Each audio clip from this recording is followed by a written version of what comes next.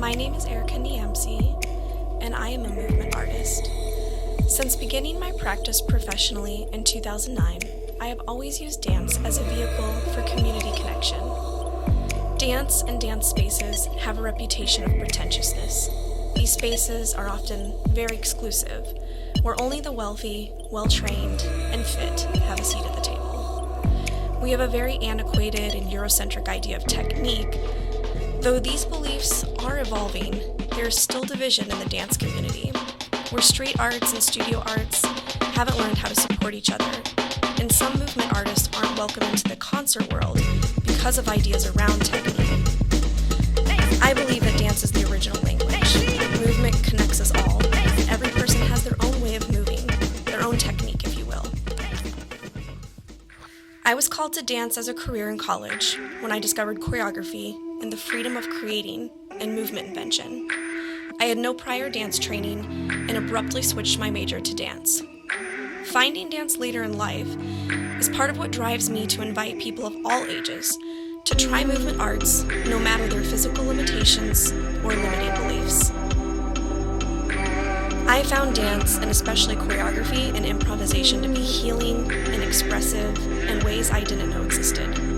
It was natural for me to become an adult teaching artist. I specialize in working with adults with varying backgrounds of dance education, from none to elite levels of training.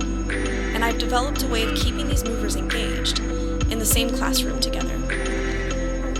After college, I just wanted to keep moving, and I shared this desire with the St. Louis community, offering the first classes for adults that were purely recreational and required no formal background or prior training in dance. But as my life circumstances have changed, and I find myself in early motherhood, my desire to continue linking my personal practice with the place I am on my life path brings me to my most recent work, serving new parents, especially moms. Many modern dance leaders, Pilates instructors, and contemporary dance artists have long been interested in the instinctual movements of human babies and toddlers. It's believed that young humans will move with the most efficiency in the beginning of their lives. Once they start to sense societal pressure and gain inhibitions, they tend to model how the people around them move inefficiently and change their movement to assimilate to the environment. As a modern and contemporary dancer, some of my most impressive mentors have developed techniques around the efficiency demonstrated by babies. In 2024, at the age of 39, I began to study human kinetics in my own child. As a first-time mother at an advanced maternal age, I'm still eager to closely study this thing that has intrigued modern dance pioneers and movement technicians for decades. It has allowed me to continue practicing my art form daily.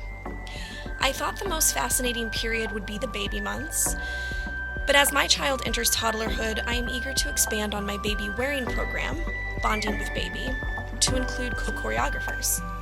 Co-choreographers is for walking babies and toddlers and their families to improvise and move together. I now have another baby on the way, and I'm excited to have one more chance at studying the movements of babies and the transition from crawling to walking to running to dancing. Continuing to work with new parents and people who are in a stage of their lives where they don't spend enough time focusing on their own well-being allows me to deepen my commitment to making dance accessible for everybody, as I welcome a new demographic who may not have otherwise considered dance as a form of wellness, physically or emotionally. Guiding mothers to watch, respond, and create with their children is similar to what I do in rehearsal spaces and classes every week with trained dancers and community members. We're just adding a young child to the experience.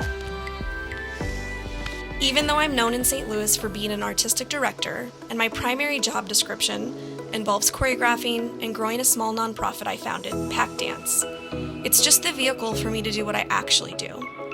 I help people create friendships, build confidence, and prioritize a practice of self-care. In today's world, we need as many reasons as possible to get off our devices and into physical spaces with each other. And if there's one thing I've observed teaching children for the last 17 years, parents are quick to drop their own aspirations and focus completely on the new child in the home. This program attracts those parents, but they will be benefiting just as much as their children.